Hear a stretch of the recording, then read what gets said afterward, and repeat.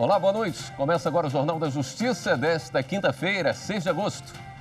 Dia de sessão plenária do Supremo Tribunal Federal. Entre os julgamentos, a maioria dos ministros decide que servidores podem acumular benefícios, desde que o valor total não ultrapasse o teto salarial. E você confere também. Ministro Dias Toffoli assina acordo de cooperação técnica para combate à corrupção.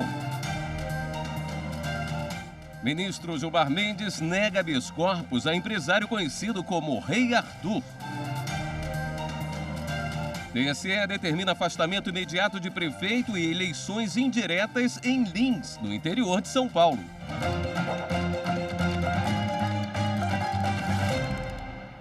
Por maioria, o plenário do Supremo Tribunal Federal decidiu que teto constitucional incide sobre a acumulação de vencimentos e benefícios de pensão por servidores. O tribunal também concluiu o julgamento a respeito da possibilidade de pessoas físicas atuarem como amigas da corte, o chamado amicus curiae.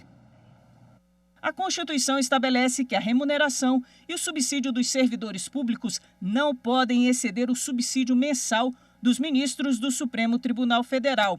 É o chamado teto constitucional, que hoje é de R$ 39.500. Um recurso proposto pela União questiona a decisão do Conselho Especial do Tribunal de Justiça do Distrito Federal, que aplicou a não incidência do teto constitucional, beneficiando uma servidora do tribunal que também é pensionista de um ex-servidor daquele tribunal. Houve sustentação oral da procuradora do estado do Rio Grande do Sul, que entrou como amicus curiae no recurso. Pensão e proventos ou remuneração possuem fatos geradores distintos. Ainda assim, tendo em vista essa circunstância, a literalidade da Constituição Federal previu teto sobre a acumulação das verbas. Tais premissas não possuem respaldo na jurisprudência do Supremo Tribunal Federal, porque o Supremo Tribunal Federal é firme em aplicar o teto constitucional, inclusive ratificando tal entendimento nas recentes ADIs que analisaram os honorários dos advogados públicos. O acórdão recorrido entendeu que não incide o teto constitucional sobre o total recebido a título de proventos, como aposentadoria e a pensão por morte do marido. Assim, para efeito de aplicação do teto remuneratório, deve ser considerado o valor de cada parcela recebida individualmente. O relator, ministro Marco Aurélio, deu provimento ao recurso da União. Aqui nós temos um verdadeiro paradoxo. Em um país em que tantos necessitam de teto, alguns querem fugir ao teto constitucional em relação ao que percebido.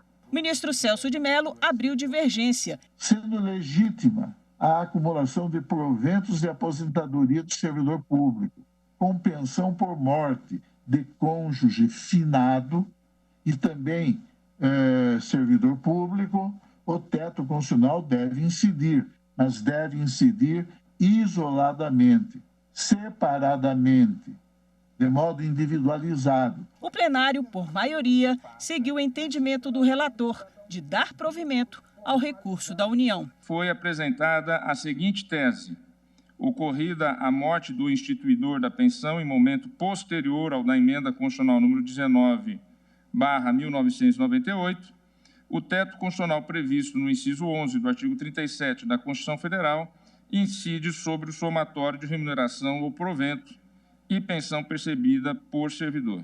O plenário também retomou o julgamento de agravo regimental apresentado por um procurador da Fazenda Nacional contra a decisão do ministro Celso de Mello, que negou pedido de participação no julgamento da ADIM como amicus curiae.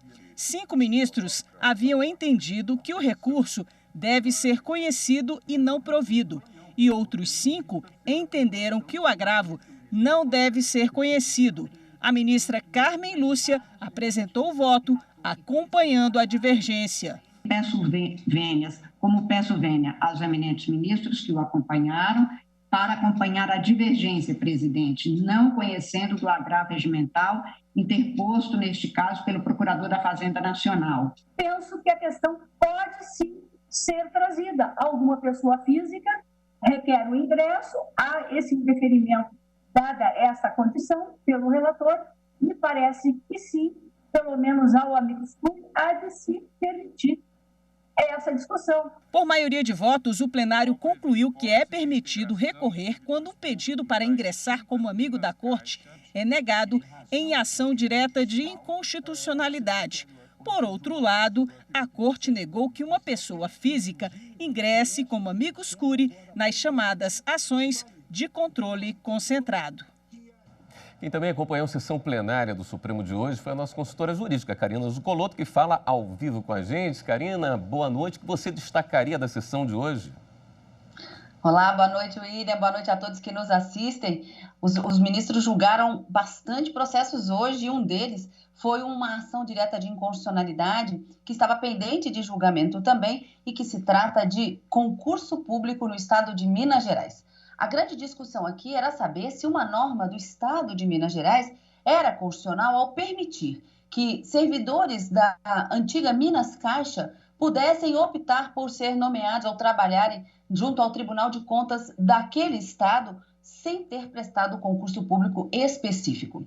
Havia uma questão preliminar levantada pelo ministro Marco Aurélio, no sentido de que a ação direta de inconstitucionalidade não era cabível, mas ele acabou ficando vencido.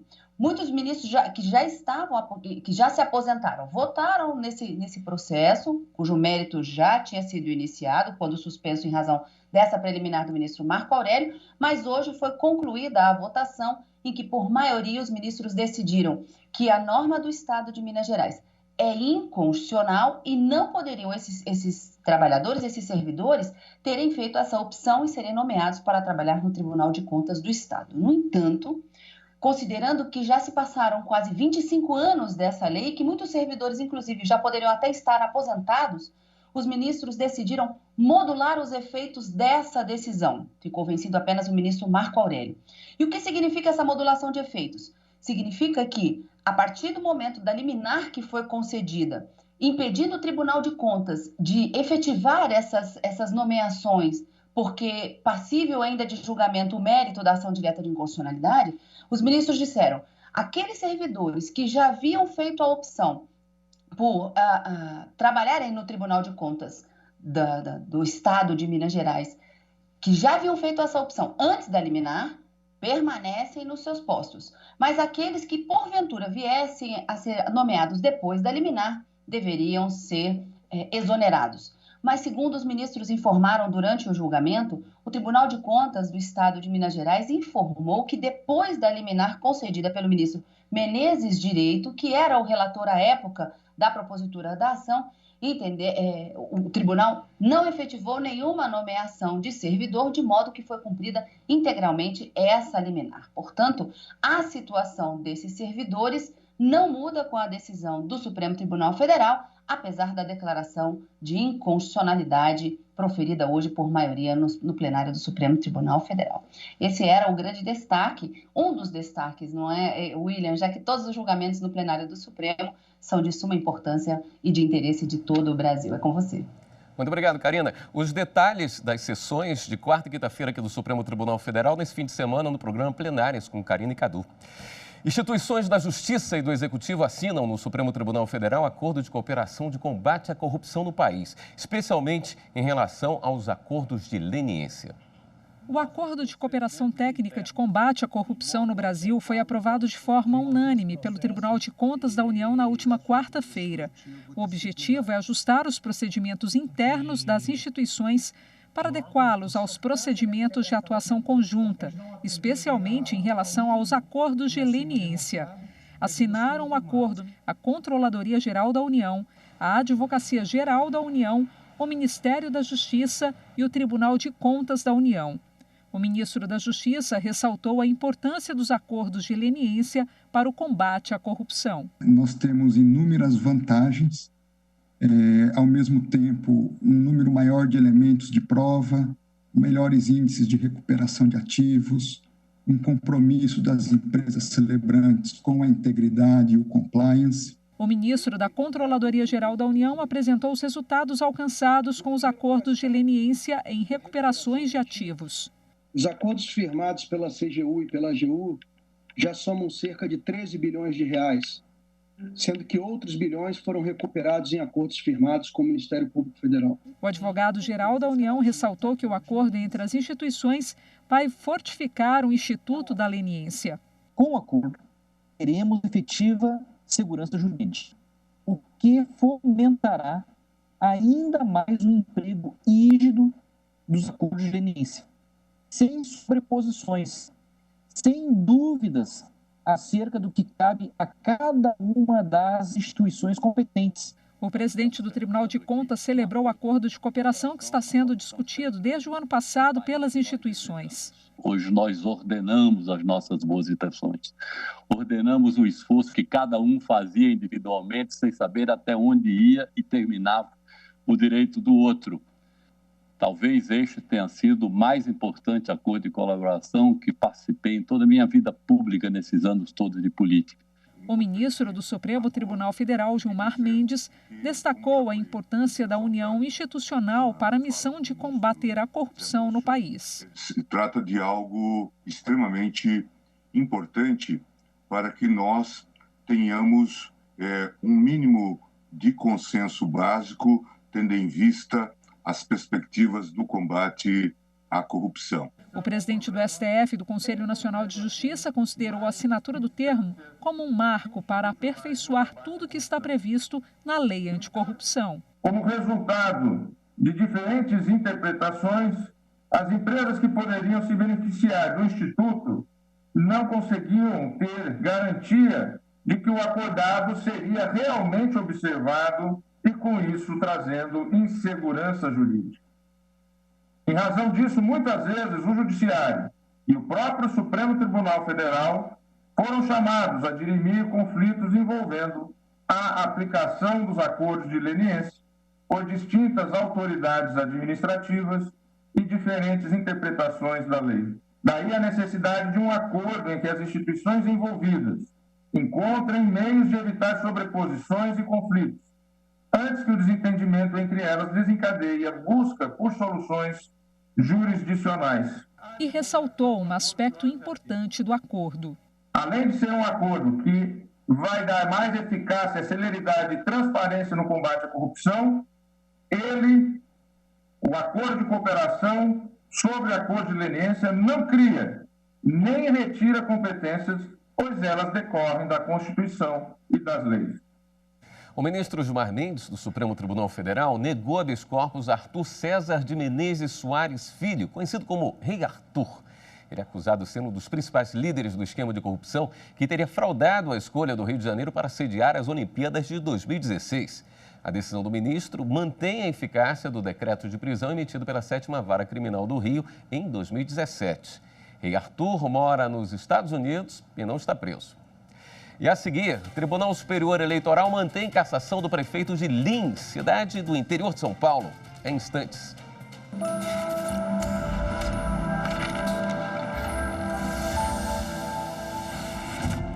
Pode-se dizer com muita tranquilidade que a Constituição Federal de 88 revolucionou o direito do consumidor, matéria então pouco discutida pela doutrina e pela jurisprudência, com tímida produção legislativa para um direito reconhecido como fundamental.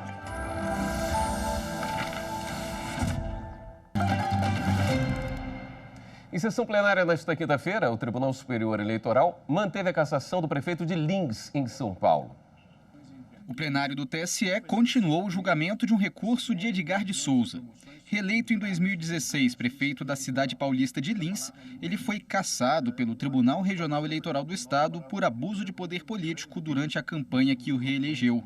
Os ministros decidiram manter a condenação do TRE, com as novas eleições para a prefeitura podendo ser canceladas por causa da pandemia do novo coronavírus. Esta previsão consta da nossa resolução 23.615, que tem a seguinte dicção: ficam autorizados os tribunais eleitorais a adotar outras medidas, incluída a suspensão de eleições suplementares marcadas para o período, que se tornem necessárias e urgentes para, consideradas as peculiaridades existentes nos respectivos âmbitos de atuação, preservar a saúde dos magistrados, agentes públicos, advogados, servidores e jurisdicionados devidamente justificadas. Na sessão administrativa, o TSE respondeu uma consulta do Partido Renovador Trabalhista Brasileiro, o PRTB, sobre a realização de ações para arrecadar recursos financeiros.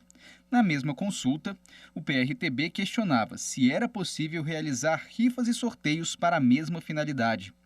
Por fim, a legenda indagou ao TSE se verbas recolhidas por meio de promoções e eventos em período não eleitoral deveriam ser informadas à Justiça Eleitoral. A que trata do questionamento atinente à possibilidade de arrecadação com eventos e promoções, eu estou propondo não conhecer do questionamento, tendo em vista a amplitude e a eventual vagueza da expressão ações entre amigos, tal como essa expressão veio posta na pergunta.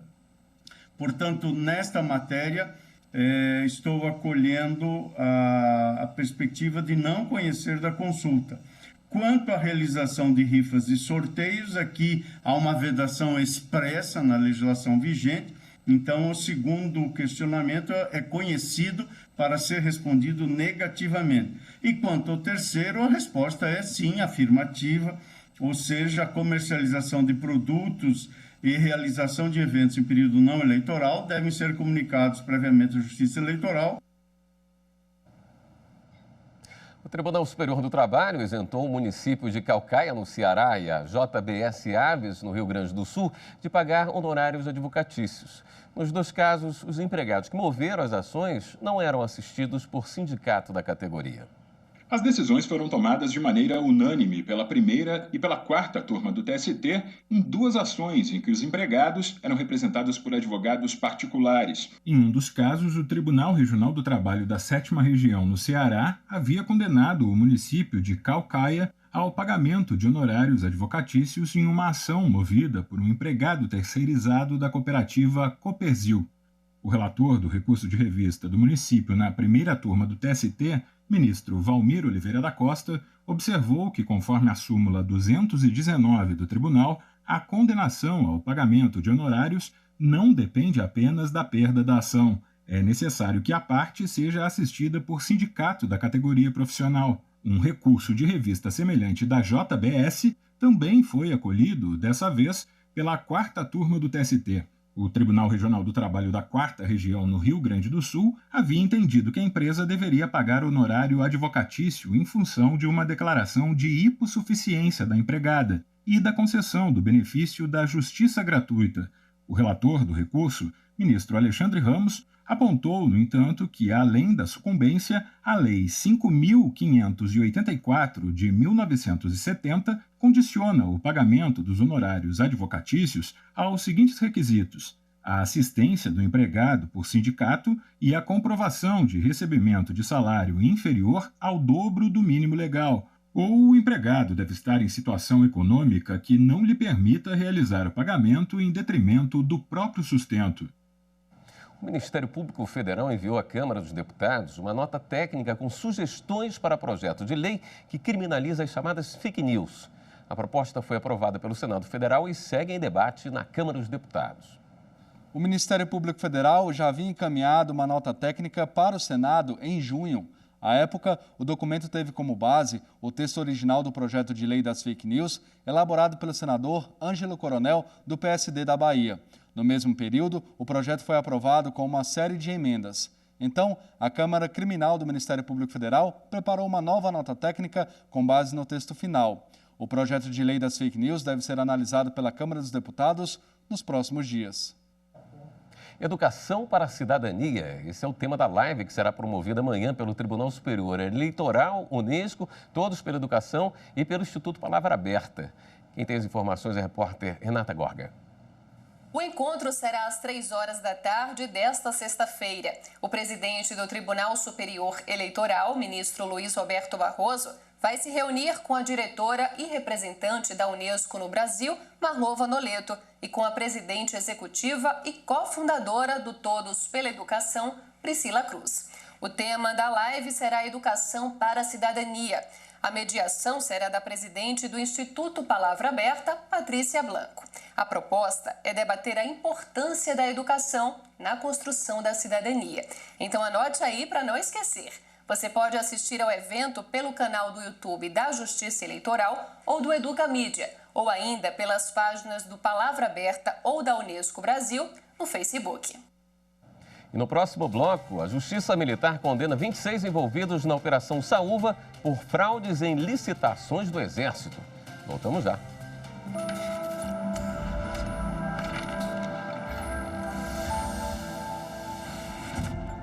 A Constituição é como o oxigênio que você respira. Você inspira o oxigênio e nem percebe que ele está alimentando a sua vida.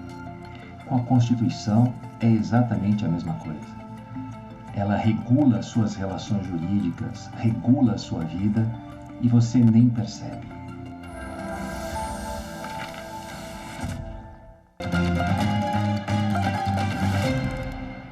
A Justiça Militar da União condenou 26 réus processados por peculato e corrupção passiva no caso que ficou conhecido como Operação Saúva. O grupo fraudou licitações de alimentos e tinha como foco principal empresários e militares de Manaus. Outras 12 pessoas foram absolvidas por insuficiência de provas. De acordo com as investigações, as irregularidades eram praticadas por empresários em conluio com militares do 12º Batalhão de Suprimentos do Exército em Manaus. O Ministério Público Militar ofereceu 3 denúncias por fraudes em licitações, compra de embarcações superfaturadas e sem condições adequadas de uso e fraude no fornecimento de arroz. Um tenente-coronel do Exército confirmou em depoimento os detalhes do esquema. Um dos núcleos criminosos era operado por um coronel que trabalhava na Diretoria de Suprimentos do Exército em Brasília. O militar recebia propina dos empresários para liberar recursos para a aquisição de suprimentos e manter o esquema ativo. Também ficou comprovado o envolvimento no esquema de militares do 21º Batalhão de Suprimentos, localizado em São Paulo. Estima-se que o esquema tenha causado um prejuízo de R$220 mil aos cofres públicos. De acordo com a sentença proferida em primeira instância, o esquema visava a entrega de bens ao Exército em qualidade e quantidade inferiores à contratada. Ficou comprovado o pagamento de propinas, a manipulação de licitações e o sobrepreço de itens licitados. A maioria dos réus foi condenada por peculato-desvio, com penas estabelecidas entre 12 e 15 anos. Outros 3 réus foram condenados por corrupção passiva e tiveram a pena fixada em 8 anos. Depois de ser questionada pelo Ministério Público Federal, a Prefeitura de Joinville, em Santa Catarina, voltou atrás e desistiu de repassar R$7,5 milhões para empresas de transporte público. Quem conta os detalhes é o repórter Márcio Fontinelli. Assim que a Prefeitura de Joinville, em Santa Catarina, anunciou o repasse de R$7,5 milhões para as empresas de transportes públicos, o Ministério Público Federal pediu uma série de informações sobre os motivos e os detalhes da liberação da verba. Um dos questionamentos foi de onde sairia o dinheiro para o repasse. Antes de acabar o prazo para responder ao MPF e em meio às críticas da população, a Prefeitura voltou atrás e desistiu de liberar o dinheiro. O projeto previa o pagamento em 6 parcelas de R$1.250.000. O repasse seria para compensar prejuízos das empresas em função da pandemia. A Justiça do Distrito Federal determinou que empresas de ônibus lavem os veículos todas as vezes que eles chegarem aos terminais. A multa para descumprimento é de R$5 mil por ônibus autuado. A ação foi proposta pelo Ministério Público do Distrito Federal e Territórios, que apontou o descumprimento sistemático de medidas sanitárias de combate à Covid-19 no transporte público. As regras foram estabelecidas por lei distrital em março, no início da pandemia. Desde então, a falta de higienização já resultou na autuação de mais de 800 ônibus até agora. Segundo a decisão judicial, as empresas têm um prazo de 10 dias para colocar as normas em prática. E o cumprimento delas não pode afetar o número de linhas que circulam pelas cidades. A limpeza deve ser feita principalmente nas áreas de contato com as mãos e nos sistemas de ar-condicionado. Nas áreas externas, a lavagem deve ser feita com água e sabão pelo menos uma vez por dia.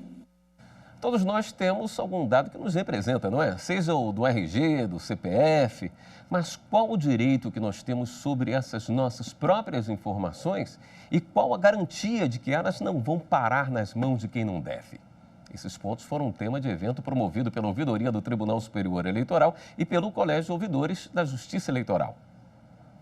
A Lei Geral de Proteção de Dados, LGPD, se dispõe a preservar os direitos fundamentais de liberdade e de privacidade. Quando fornecemos um dado para alguma empresa, seja privada ou pública, ou mesmo em algumas situações para uma pessoa física, temos o direito de que as nossas informações sejam resguardadas.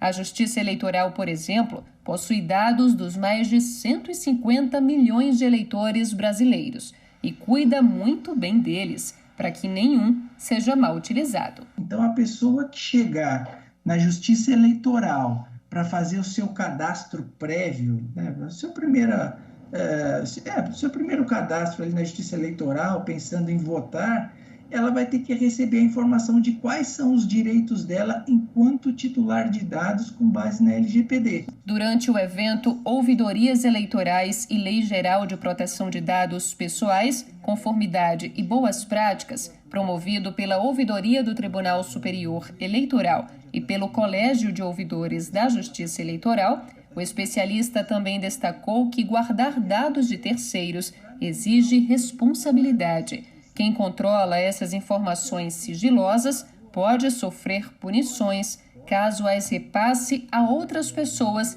que não sejam as titulares, mesmo que não haja má intenção. Por isso, o especialista alerta: a conscientização de todos envolvidos no processo de guardar dados é o melhor caminho. Se você ou sua empresa ainda não começou a trabalhar nisso, agora é a hora. Pode-se começar, por exemplo, formando um comitê, né? Um comitê de privacidade, que fará levantamentos prévios, pensará nas primeiras ações. Temos já o canal de denúncia, será que temos que aprimorá-lo, por exemplo, colocando os direitos dos titulares? Esta edição do Jornal da Justiça fica por aqui. Para você, uma boa noite. Até amanhã.